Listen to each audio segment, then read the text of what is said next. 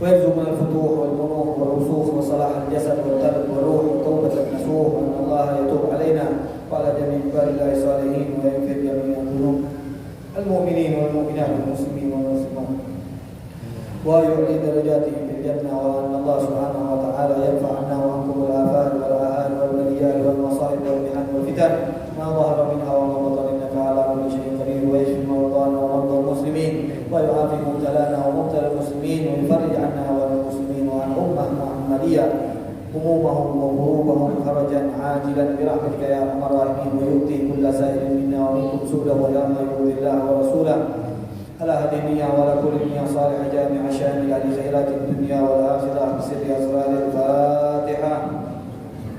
حول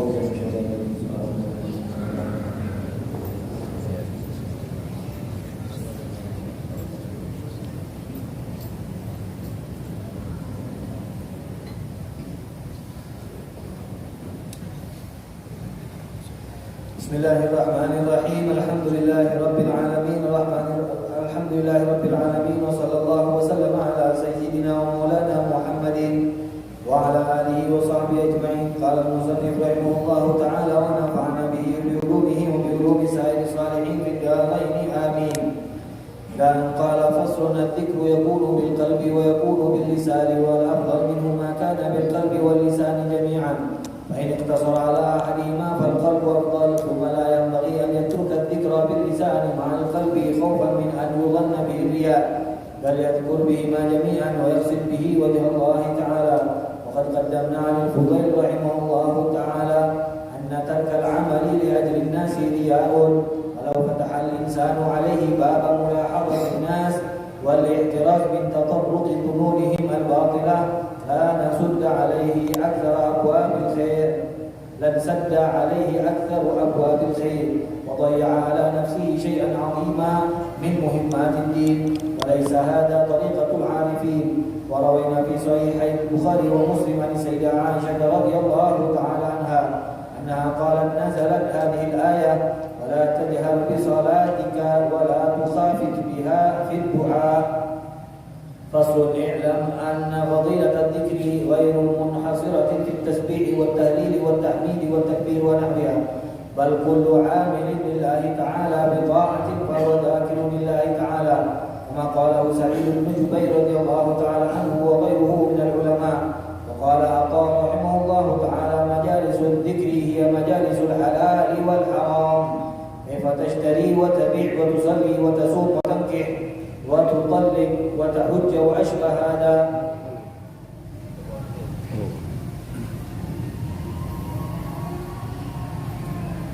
قال واحتج من رجح ذكر القلب بأن عمل اليسير أفضل، ومن رجح عمل اللسان قال لأن العمل فيه أكثر، لأنه زاد باستعمال اللسان فاقتضى زيادة أجر.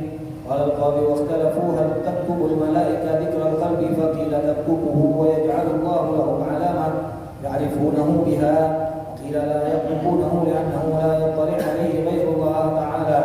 قال المصنف في شرح مسلم رد والأصح أنهم يكتبونه، وإن ذكر اللسان مع حضور القلب أفضل والله تعالى أعلم.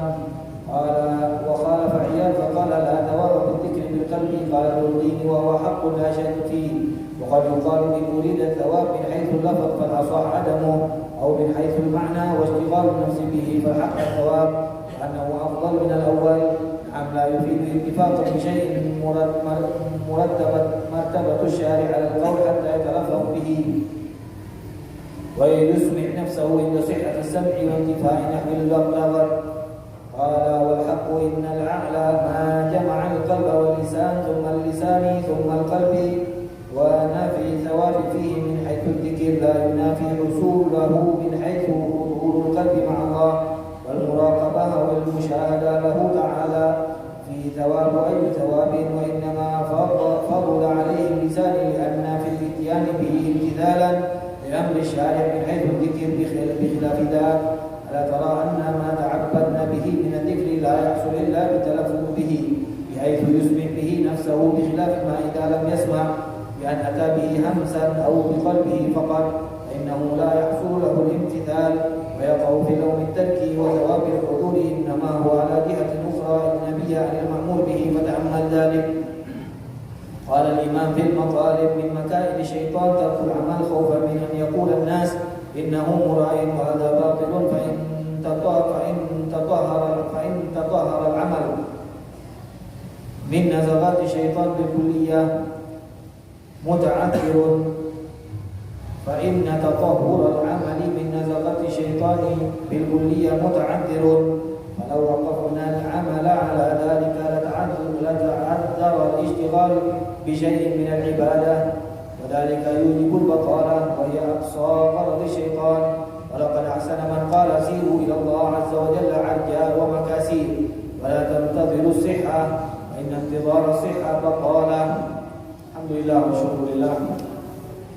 Setelah kemarin kita menyebutkan dua hadis yang berkaitan dengan keutamaan zikir, di mana dalam hadis yang pertama baginda Rasulullah sampai mengucapkan sumpah.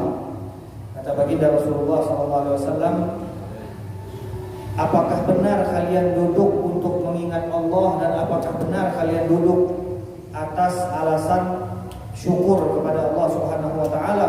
Maka baginda Rasulullah SAW menanyakan ini dengan mengucapkan sumpah, dikarenakan baginda tahu yang namanya duduk karena Allah Subhanahu wa taala itu akan mendatangkan rahmat. Terlebih lagi dalam hal ini baginda Rasulullah didatangi langsung oleh malaikat Jibril, dan malaikat Jibril mengatakan sesungguhnya Allah membanggakan mereka ini di hadapan para malaikat. Maka Nabi kita Muhammad SAW bertanya kepada mereka, apakah benar ini penyebabnya sehingga kalian dibanggakan oleh Allah Subhanahu wa taala?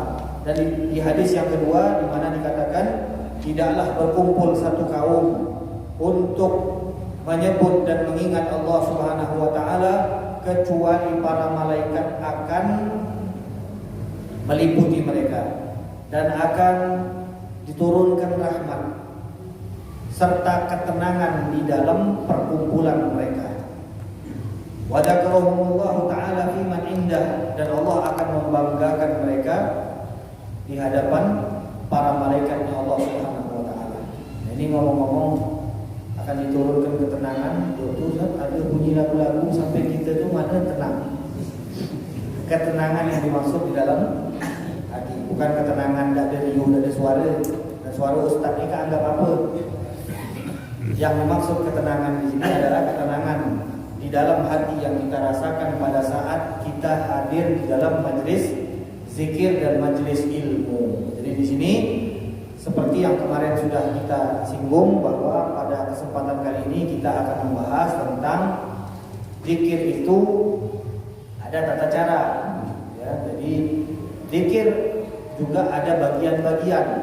Di sini kata Imam An-Nawawi rahimahullahu taala, ketahuilah bahwa yang namanya zikir itu bisa lewat hati, bisa lewat lisan.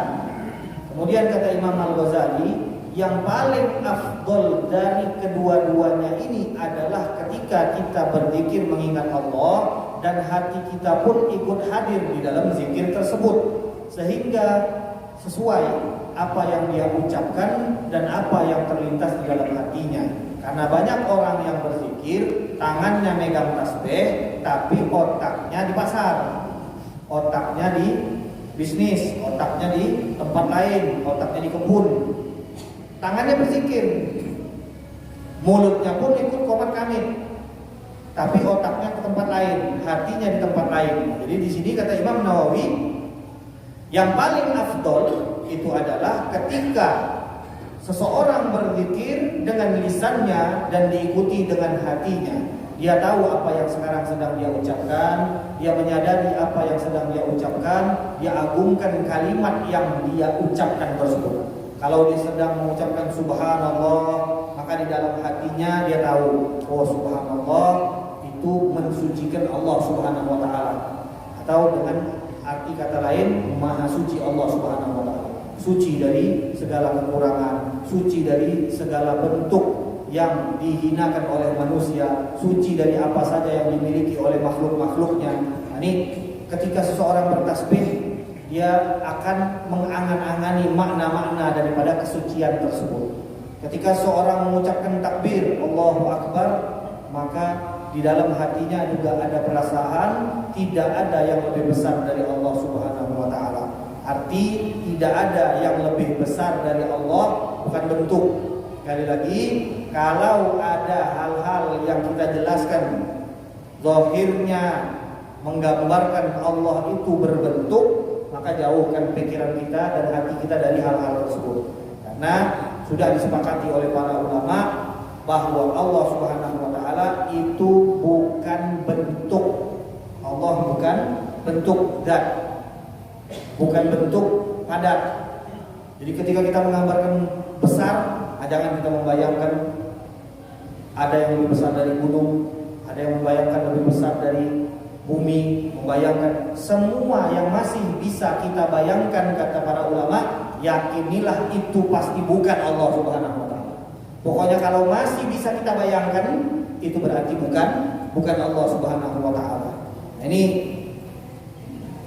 ketika kita berzikir, maka hati kita harus sinkron dengan lisan kita. Dan itulah kata Imam An-Nawawi, zikir yang paling afdol ketika kita menyebut, kita mengingat, dan hati kita pun fokus dengan apa yang kita sebutkan.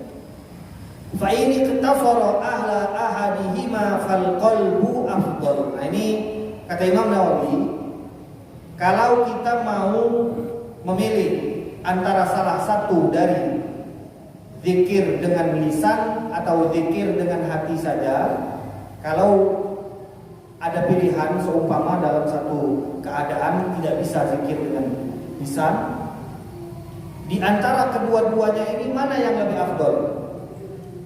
Ulama berbeda pendapat. Ada yang mengatakan tetap yang afdol itu dengan lisan, walaupun hatinya nggak ngikut. Ada lagi yang mengatakan yang afdol itu yang hati, walaupun mulutnya tidak ikut. Kedua-duanya ini mereka memberikan cara berzikir dengan dua hal ini, itu tentunya ada landasan. Yang mengatakan seperti Imam An-Nawawi mengatakan bahwa zikir dengan hati itu lebih afdol daripada zikir dengan lisan saja. Jadi kalau kita diberikan pilihan, tadi kita sudah tahu level yang paling tinggi ketika kita berzikir dengan lisan berikut hati. Nah, sekarang di bawahnya apa? Kata Imam Nawawi, di bawahnya itu zikir dengan hati. Artinya dia tidak mengucapkan sepatah kata pun, mulutnya diam, tapi hatinya berselawat, hatinya mengucapkan tasbih, hatinya mengucapkan takbir, hatinya mengucapkan tahlil. Ini kata Imam An-Nawawi adalah urutan yang kedua, yang afdol setelah zikir dengan lisan dan zikir dengan hati. Jadi setelah ini langsung di urutan kedua zikir dengan hati. Ini bagi siapa? Imam An-Nawawi. Ini berzikir lewat apa?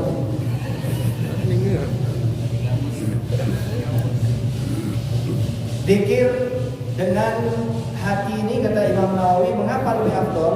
Padahal ulama berbeda pendapat. Beda pendapatnya dari mana? Pertama, pada saat seseorang berzikir dengan hati, itu pahala zikirnya nggak dapat. Jadi misalnya ada hal-hal yang kalau diucap dia jadi pahala, tapi kalau tidak diucap tidak jadi pahala. Di antaranya adalah zikir. Kalau kita sebut zikir itu jadi pahala, tapi kalau hanya diucap dalam hati, sebagian ulama mengatakan zikirnya tidak dapat pahala. Maka ulama yang mengatakan zikir hati ini tidak dapat pahala, bagi mereka urutan kedua adalah zikir dengan lisan. Tapi menurut Imam Nawawi, karena Imam Nawawi termasuk orang yang berpendapat bahwa zikir dengan hati itu juga dapat pahala, kata Imam Nawawi. Bahkan urutannya berada di dalam urutan kedua. Jadi Kata Imam Nawawi, mengapa zikir dengan hati itu mendapatkan pahala? Pertama, kalau orang ingat dengan hatinya berarti dia sudah fokus di dalam apa yang ada di dalam dirinya. Artinya dia mengingat Allah Subhanahu wa taala. Dia sekarang sedang menyadari kalau dia sedang berzikir. Tidak demikian orang yang berzikir dengan lisan. Tidak semua orang yang mengucapkan subhanallah dia sedang mengingat Allah. Tidak semua orang yang mengucapkan astagfirullah dia mengingat Allah. Malah kita kadang-kadang kalau di pasar tengah ngobrol, tahu astagfirullah sambil ketawa pula kita mengucapkan astagfirullah. Padahal astagfirullah ini adalah kata-kata zikir yang seharusnya diucapkan seseorang pada saat dia mau bertobat. Tapi bukti bahwa orang berzikir dengan lisan tidak selalu ingat hatinya. Pada saat kita mengucapkan astagfirullah, kita sambil tertawa. Astagfirullah, zikir yang seharusnya kita ucapkan dengan sambil menangis atau dengan rasa penyesalan. Karena kan kita minta ampun, masa ada orang minta ampun sambil ketawa-ketawa? Kan tidak mungkin. Itu namanya kan kata kita orang mentor ini monyet. Masa minta ampun astagfirullah sambil ketawa-ketawa kan? Monyet macam ini kan? Apalagi yang dionyek ini tidak tanggung-tanggung, yang dionyek ini langsung Allah. Jadi ini bukti bahwa apa? Tidak semua orang yang mengucapkan dengan lisan itu dia ingat di dalam hatinya. Maka kata Imam Nawawi, menurut beliau bahwa zikir dengan hati itu mendatangkan pahala. Tapi kata para ulama yang lainnya, oh tidak. Mengapa? Karena buktinya, misal di dalam sholat kita ada rukun-rukun qauli, rukun-rukun yang tidak sah kalau tidak diucapkan. Ada berapa di dalam sholat? Kita memang belum sampai nih, belum nyampe nih. Tapi tidak mungkin selama kita jadi orang Islam tidak pernah dengar rukun qauli di dalam sholat. Berapa kali kita sholat? Rukun yang sifatnya ucapan, yang tidak sah kalau kita sebutkan dalam hati. Ada berapa? Ada? Ada 5. Ada 5. Yang pertama takbiratul ihram, yang kedua Fatihah, yang ketiga at-tahiyat, yang keempat salawat di dalam tahiyat akhir, ya, tahiyat akhir. Yang kelima salam. 5 rukun ini kalau kita sebutkan dalam hati, ini hati-hati. Misal kita sholat buru-buru, tengah lesu biasa nih, tengah lesu atau bangun tidur, nak bertakbir pun kadang tak ada sanggup lagi. Dalam hati. Itu kalau takbirnya dalam hati, niatnya dalam hati, kira-kira seperti apa bentuk daripada takbir dan niat berantem dalam hati? Bisa tak kira-kira kita takbir sekaligus niat dalam hati? Tidak bisa. Makanya takbir itu diucapkan, niatnya di dalam hati. Bisa. Karena pada saat menyebutkan Allah di hati kita menyebutkan hal yang lain bisa. Tapi kalau takbir di hati, niat di hati tidak bakal bisa. Jadi kata ulama, kalau 5 hal ini, takbir, Fatihah, tahiyat, salawat, tahiyat akhir, salam, itu diucapkan di dalam hati, tidak diucapkan di lisan, maka sholatnya tidak sah. Jadi jangan main-main, sholatnya tidak sah. Dan batasan untuk didengar itu, diucapkan itu, kata para ulama, kita perdengarkan diri kita sendiri.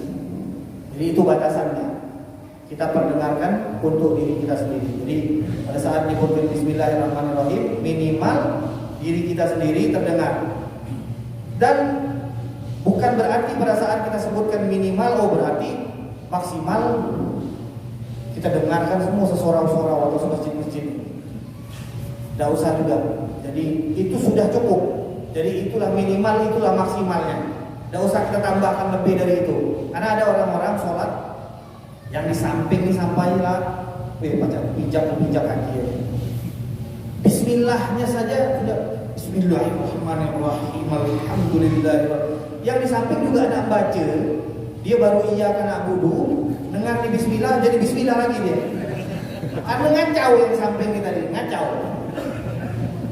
Makanya kalau kita membaca jangan sampai mengganggu yang di samping. Jadi cukup dirimu bisa mendengarnya itu sudah cukup. Ini yang berkaitan dengan apa? Zikir. Jadi tadi kalau di dalam sholat ada zikir-zikir yang kalau kita tidak baca bukan tidak dapat pahala, tidak sah sholat kita. Nah, sekarang ulama berbicara selain dari 5 ini masih ada tidak bacaan di dalam sholat? Macam jarang sembahyang. Tanya ragu-ragu ini. Masih ada bacaan selain 5 yang kita sebutkan tadi di dalam sholat? Apa saja?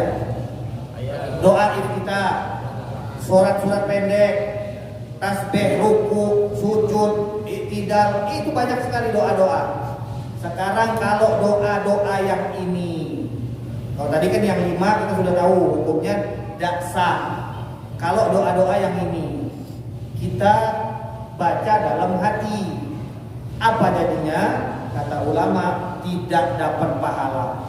Doa iftitah, Allahu Akbar, baca doa iftitah dalam hati, tidak dapat pahala.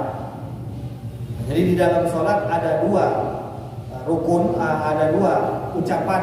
Yang satu menentukan sah tidak sahnya sholat, yang satu menentukan dapat atau tidak dapatnya pahala. Jadi kalau seandainya ruku kita baca tasbih dalam hati, sah nggak rukunya? Sah, dapat pahala nggak? Tapi rukunya tetap sah, tapi tidak dapat pahala. Tapi ini nanti akan kita bahas karena berkaitan hanya dengan zikir yang harus diucap tadi ya. Ini nanti pembahasan fikih. Jadi kita lanjutkan di sini. Imam An-Nawawi mengatakan bahwa setelah zikir dengan hati dan lisan secara bersamaan menduduki peringkat pertama, maka peringkat kedua kata Imam An-Nawawi adalah zikir dengan hati. Nah, kemudian yang kedua kata Imam An-Nawawi, selanjutnya kita tidak boleh meninggalkan zikir dengan lisan ma'al qalb, ya, meninggalkan zikir bil lisan ma'al qalb, meninggalkan zikir dengan lisan dan hati hanya karena takut dikatakan oleh orang riya, seperti yang sudah kita jelaskan kemarin. Akan tapi dia tetap berusaha berzikir walaupun di depan orang-orang, yang penting jangan pada waktu-waktu tertentu. Pada waktu-waktu bukan waktu zikir, nah jangan dosa ecek-ecek berzikir. Bukan waktu berzikir, khutbah Jumat mulai dimandai-mandai keluar tasbih. Khutbah Jumat, tidak usah, bukan waktunya berzikir. Kita punya hal yang ditugaskan di dalam khutbah Jumat. Apa yang disunnahkan? Nunjukkan kalau kita tidak berilmu. Kalau kita dalam khutbah Jumat mengeluarkan tasbih. Khutbah Jumat kita diperintahkan untuk mendengar.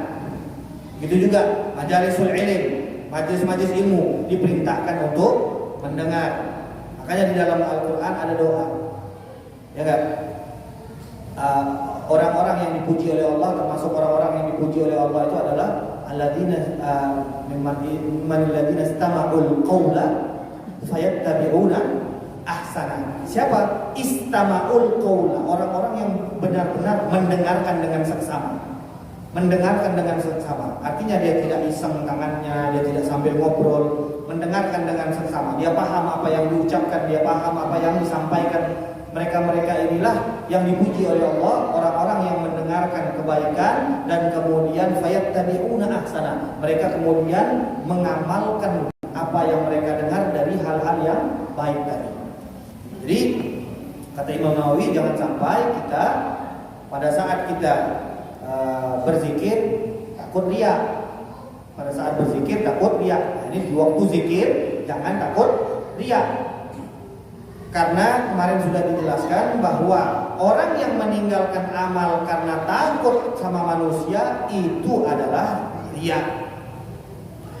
Dan kemudian kata Imam Nawawi, kalau seandainya kita benarkan orang yang mau meninggalkan amal karena takut riya, maka banyak sekali ibadah yang akan ditinggalkan oleh orang-orang. Dan nanti bisa jadi alasan oleh orang-orang kalau dibenarkan ini. Ada orang mau ke masjid sholat berjamaah, tidak bisa gue sholat berjamaah, gue sholat sendirilah. Kalau sholat berjamaah ini gue takut riya. Panggil sholat Jumat, lama-lama sholat Jumat ada kawal pula, bilang nanti takut riya, padahal sholat Jumat fardu ain. Kalau meninggalkan satu ibadah karena takut sama manusia, kita jadikan pembenaran untuk meninggalkan satu ibadah, maka akan banyak ibadah-ibadah yang kita tinggalkan. Jadi kata para ulama, lakukan ibadah tersebut walaupun ada potensi nanti di dalamnya kita akan riya. Berusaha semaksimal mungkin untuk mengikhlaskan tujuan daripada ibadah kita tersebut. Adapun nanti ada lintasan-lintasan, insya Allah nanti diampunkan oleh Allah Subhanahu Wa Taala. Jadi kita tetap berusaha untuk beribadah kepada Allah, walaupun kita lihat ada potensi kita akan riya, tapi terus dilawan, kata Imam An-Nawawi. Kemudian beliau menyebutkan satu hadis yang diriwayatkan oleh Sayyidah Aisyah, wala tajhar bi shalatika wala tukhafit biha. Jangan engkau nampakkan salatmu, wala tukhafit biha, dan juga jangan kau lirihkan. Ini kata ulama, wala tukhafit biha an ashabika fala yasma'un. Jangan terlalu kencang, jangan terlalu lirih.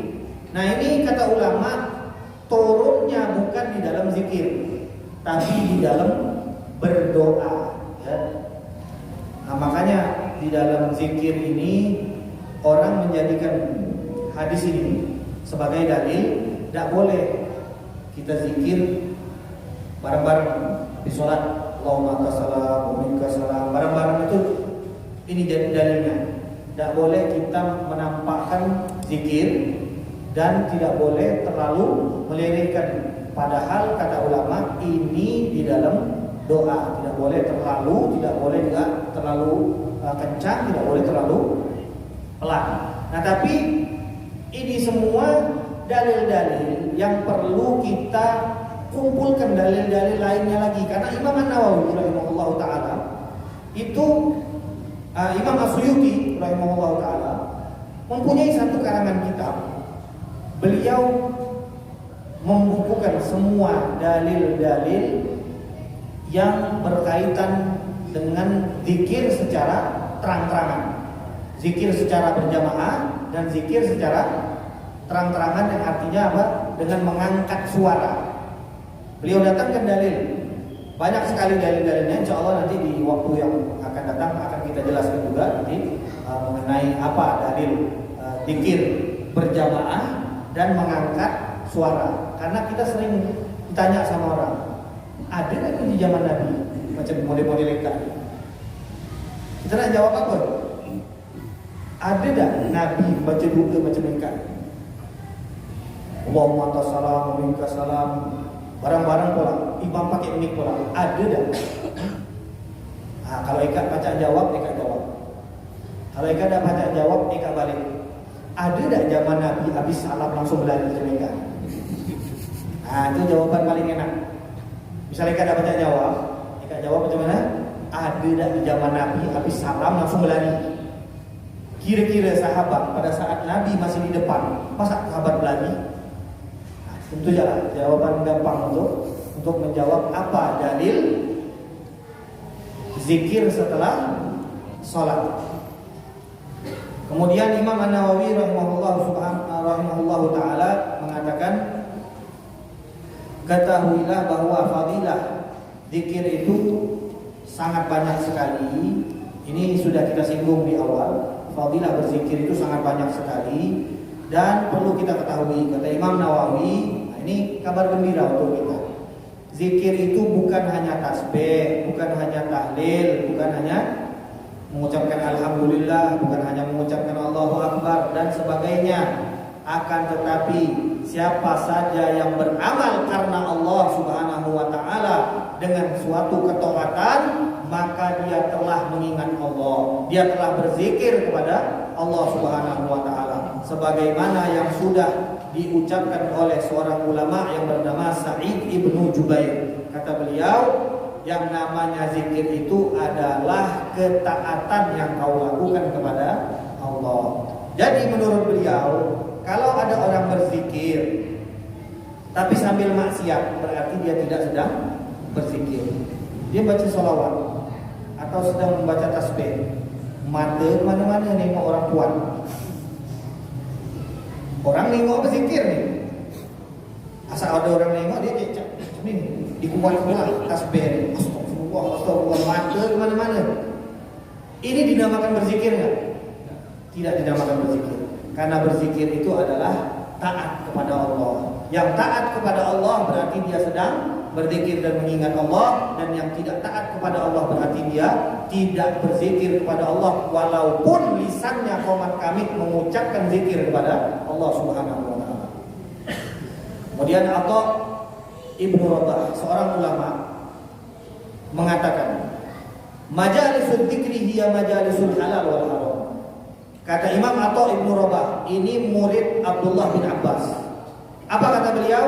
Kalau mau tahu apa itu majlis zikir, kata beliau, majlis zikir adalah majlis yang diterangkan di dalamnya halal dan haram. Itulah majlis zikir. Kemudian kata beliau, apa itu majlis halal dan haram? Majlis yang dijelaskan di dalamnya bagaimana cara engkau berjual, bagaimana cara engkau membeli, bagaimana cara engkau sholat, bagaimana cara engkau berpuasa, bagaimana cara engkau menikah, bagaimana cara-cara engkau hukum bercerai, bagaimana cara engkau melaksanakan ibadah haji, dan hukum-hukum inilah yang dimaksud dengan halal dan haram. Jadi kata beliau, Imam Atha mengatakan, barang siapa yang mengkaji suatu ilmu tentang halal dan haram, tentang kesahan suatu ibadah, maka dia sudah otomatis berada di dalam majlis zikir. Faslun qala Allah Subhanahu wa taala wallahu taala alam bisawab. Jadi di sini setelah kita mengetahui dari Imam Nawawi rahimahullah taala, beliau menjelaskan tadi bahwa orang yang mendapatkan kedudukan yang paling tinggi pada saat berzikir itu adalah mereka yang berzikir dengan hati dan berzikir dengan lisannya. Dan adapun orang yang berzikir dengan hati saja, menurut Imam Nawawi itu adalah orang yang mendapatkan pahala dan urutannya berada di urutan kedua.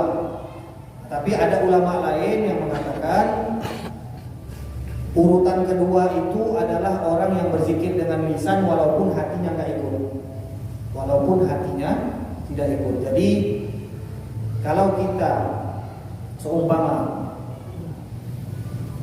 ada keadaan di mana mengharuskan kita berzikir saja dengan memegang tasbih sambil berbicara dan sambil berzikir walaupun hatinya tidak fokus, itu berarti keadaan lebih baik daripada yang ngobrol saja tanpa megang tasbih atau tanpa berzikir. Megang tasbih itu nggak syarat, ya. Megang berzikir harus pakai tasbih nggak syarat. Jadi berzikir itu lisan atau hati. Megang tasbih itu nggak syarat, hanya untuk menghitung. Karena kan sebagian orang ingin menambah. Kalau hari ini saya sholawat 100, besok saya harus 110. Kalau tidak dihitung bagaimana? Menurut sebagian orang, tasbih ini pun bid'ah. Sebagian orang di Madinah itu dulu yang jual-jualan tasbih itu dimarah-marahi. Kenapa jual tasbih? Karena tidak ada di zaman Nabi tasbih. Padahal tasbih ini tidak ada hubungan dengan ibadah apapun, hanya alat untuk menghitung. Dan kalau kita membaca riwayat, tasbih itu ada di zaman baginda Rasulullah SAW, di mana beberapa sahabat, antaranya istri baginda Rasulullah, ada yang menggunakan tasbih dengan biji korma, ada lagi yang dengan bebatuan. Nah, jadi bentuk tasbihnya seperti apa? Ya boleh beda-beda. Yang penting cara menghitung dengan benda itu sudah ada di zaman baginda Rasulullah SAW. Kita masuk ke pembahasan kita kemarin, yang kemarin kita tanyakan. Air suci mensucikan sudah selesai pembahasannya. Air yang suci tidak mensucikan juga sudah selesai pembahasannya. Kemudian kemarin kita membahas air yang najis. Kalau airnya sedikit kejatuhan najis maka hukumnya najis. Kalau airnya banyak kejatuhan najis maka kita lihat dulu. Kalau berubah hukumnya najis, tidak berubah hukumnya suci. Air bisa dibilang sedikit atau banyak itu patokannya kula. Kalau dia 2 kula yang sama dengan 216 liter, atau kalau baknya 60 kali 60 kali 60, maka itu sudah dikategorikan banyak oleh para ulama kita. Sekarang kita sudah tahu nih, air kejatuhan najis, tinggal kita lihat airnya sedikit apa banyak. Kita sudah tahu hukumnya. Najisnya ini kita harus tahu juga. Dikata ulama, kalau ada kucing, nyambung lagi nih yang kemarin, kucing hidup kecebur di bak. Kucing itu kalau dia buang air, kira-kira dia istinja nggak? Eka tahu dari mana?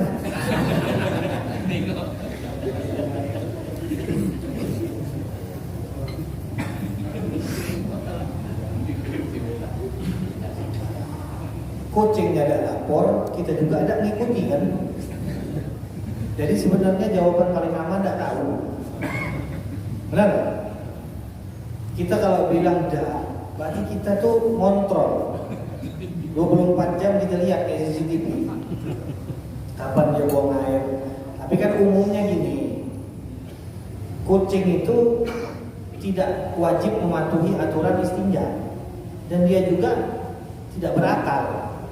Belum ada cerita binatang apapun dia niat sengaja untuk membersihkan najis yang ada setelah dia buang air.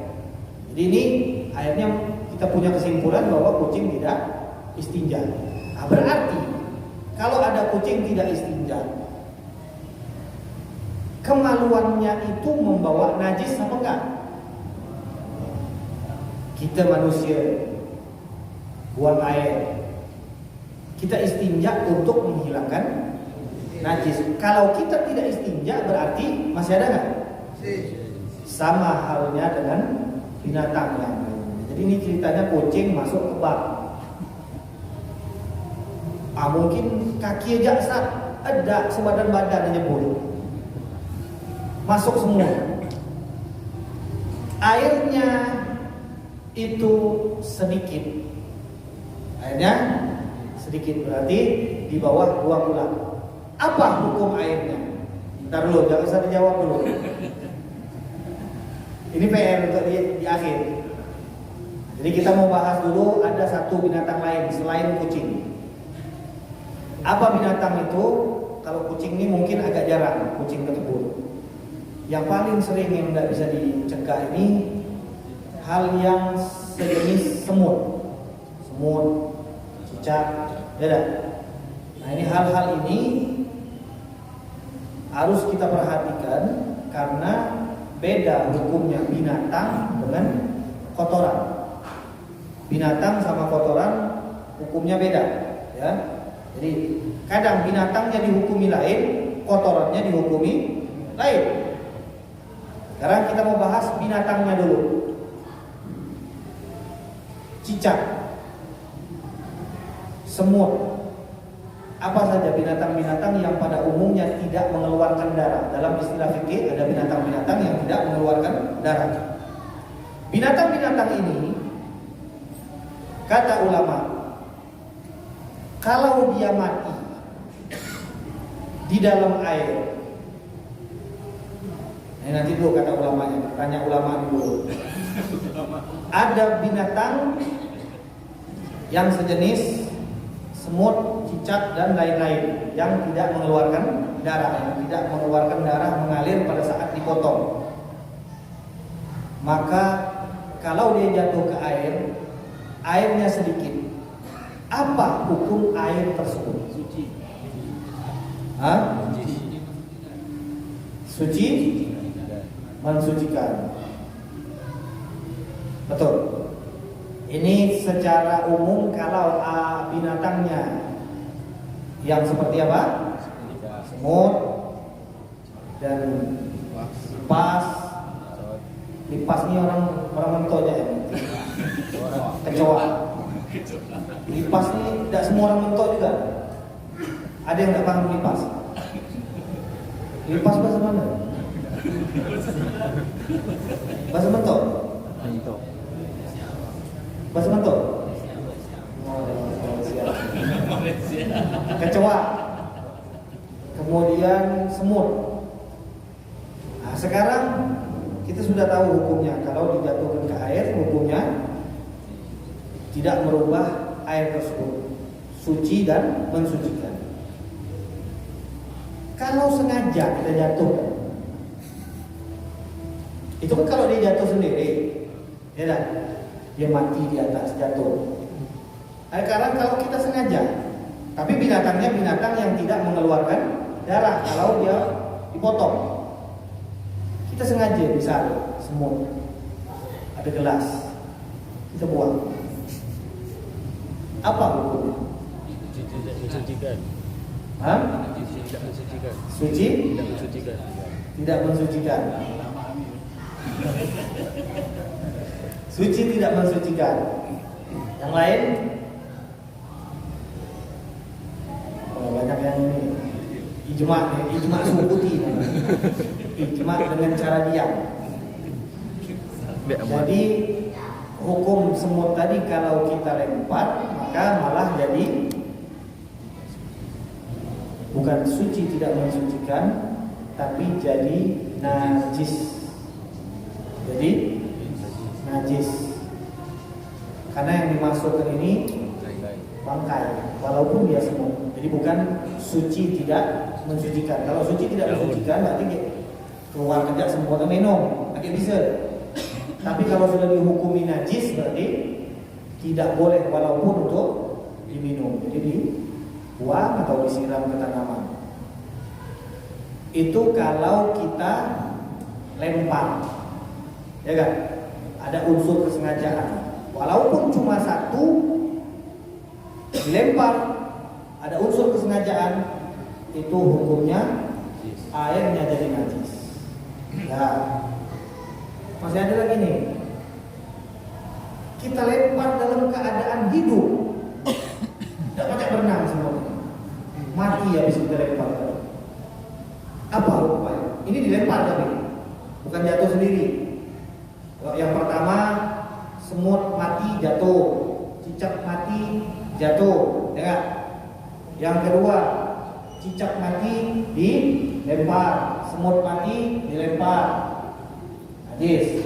Yang ketiga, semut hidup dilempar, mati tidak bisa berenang, Najis.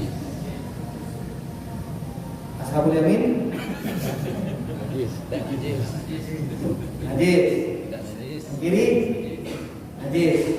Kata ulama, baru ini kata ulama, kalau dilempar hidup-hidup, nah dia pakai berenang, tidak pakai berenang, tidak ada urusan. Pokoknya setelah itu dia mati, maka airnya tetap dihukumi suci. Jadi kalau dilempar dalam keadaan hidup, maka airnya tetap dihukumi suci. Nah, sekarang yang pertama tadi, dia jatuh sendiri. Pertanyaannya pertama, masih ingat tak? Pertama, dia jatuh sendiri dalam keadaan apa? Nah, ini kita baru bercakap semua, nggak lupa. Ini banyak pendengar daripada yang belajar.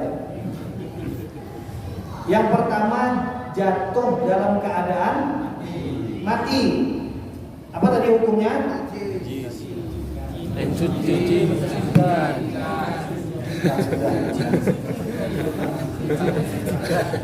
jatuh dalam keadaan mati, maka hukumnya suci mensucikan.